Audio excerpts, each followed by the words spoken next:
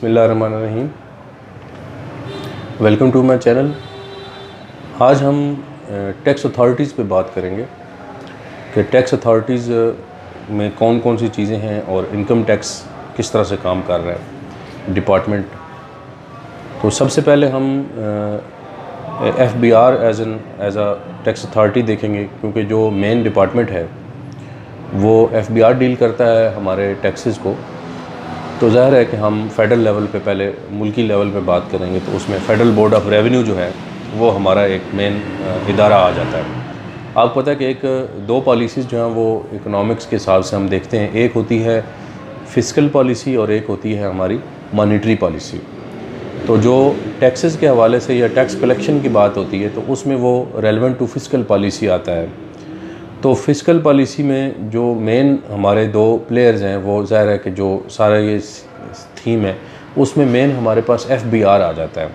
तो ministry of finance के जो दो बाजू कह लें, जो दो मेन चीज़ें हैं, वो एक स्टेट बैंक है और एक जो है वो हमारा FBI का जो डिपार्टमेंट है, जो पहले किसी ज़माने में CBR होता था।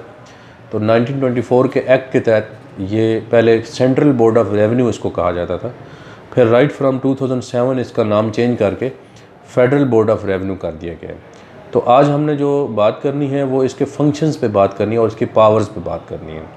तो लीगली अगर बात करें तो ये इसकी जो लीगल पावर्स हैं या जो एक स्कोप ऑफ पावर होता है, इसको जनरली हम लॉ की ज़बान में ज्यूरिसडिक्शन बोलते हैं। तो यहाँ पर क्योंकि ये फेडरल लेवल की है, जैसा कि इसके नाम से भी ज़ाहिर है, तो इनकम टैक्स ऑर्डिनेंस में इसके जो पावर एंड फंक्शंस हैं वो सारे डिफाइंड हैं। इसका चेयरमैन होगा, फिर आगे इसके मेंबर पॉलिसी और मेंबर बाकी भी होंगे, तो वो भी हम इसकी डिटेल जो है वो डिस्कस करेंगे।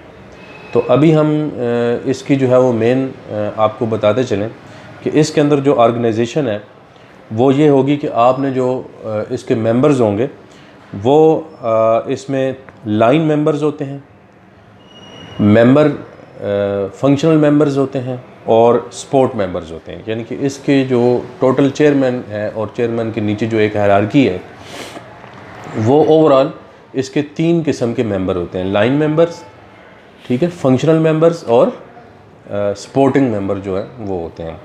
तो लाइन मेंबर जो हैं वो उनके अंडर फिर आ जाता है मेंबर, जैसे डायरेक्ट टैक्सेस है, सेल टैक्स और फेडरल टैक्सेस में है, और मेंबर कस्टम आ जाता है, ठीक है। Member direct taxes, member sale tax and federal tax और मेंबर कस्टम आ जाता है। इसी तरह से जो फंक्शनल मेंबर्स हैं उसमें रिसर्च एंड स्टैटिस्टिक्स आ जाता है, ह्यूमन रिसोर्स मैनेजमेंट आ जाती है, और मेंबर ऑडिट आ जाता है, और मेंबर एडमिनिस्ट्रेशन आ जाता है। जो सपोर्ट मेंबर होते हैं उसमें मेंबर लीगल है, टैक्स पॉलिसी है एंड रिफॉर्म्स हैं। फिर इसके साथ हमारा आपको ये भी है इसके अंदर कि एक ब्रॉडनिंग टैक्स बेस वाला जो डिपार्टमेंट है या एक विंग है वो भी काफ़ी एक्टिवली पिछले कुछ अरसे से काम कर रहा है। तो आपने देखा होगा कि अक्सर लोगों को नोटिस वगैरह भी आते हैं कि भाई आपने रिटर्न फाइल करें, और ये चीज़ें जो पहले से उसमें रजिस्टर्ड नहीं है और वो विद होल्डिंग की बेस पर उनको ट्रैक कर लिया जाता है। तो वो सारा जो है वो BITB है, एक ब्रॉडनिंग टैक्स बेस वाला एक डिपार्टमेंट है। तो उसमें वो वक्तन फ़वक्तन जो है वो चीज़ें देखता रहता है, और वो जिसको समझे कि वो है तो उसकी रिपोर्टिंग के मुताबिक फिर उनको डील किया जाता है। इस तरह से हेड ऑफ़ बोर्ड जो है वो चेयरमैन होगा, और चेयरमैन बोर्ड जो है इसमें उसने रिस्पॉन्सिबिलिटी की हुई है, क्योंकि सेक्रेटरी जो है वो बोर्ड रेवेन्यू डिवीज़न जो है उसके अंडर जो है वो ये काम करेगा, ठीक है। तो इसमें जुडिशल फंक्शंस भी हैं और कलेक्शन और फेडरल टैक्सेस की जो है वो इसमें रिस्पॉन्सिबिलिटी आ जाती है। फिर इसी तरह से हम इसके जो अगर पावर्स की बात करें तो मेन हायरार्की को अगर देखें तो इसमें उन्होंने डेलीगेशन ऑफ पावर किया हुआ है। यानी कि मेन FBI जो है वो उसके अंडर फिर नीचे जो है वो चीफ़ कमिश्नर इनलैंड रेवेन्यू आते हैं, फिर कमिश्नर अपील जो है वो होते हैं, और उसके नीचे जो चीफ़ कमिश्नर इनलैंड रेवेन्यू है उसके नीचे कमिश्नर्स हैं जो इनलैंड रेवेन्यू होंगे, और अदर ऑफिसर्स आ जाते हैं।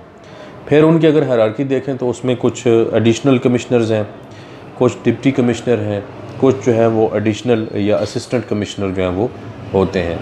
तो ये एक पूरा सेटअप है। इसके अलावा वैल्यूअर्स होते हैं, टैक्स ऑफिसर्स होते हैं, फिर ऑडिटर्स या ऑडिट ऑफिसर आप कह लें, तो वो भी अलग-अलग जो है, या इंस्पेक्टर्स भी हैं इसके अंदर।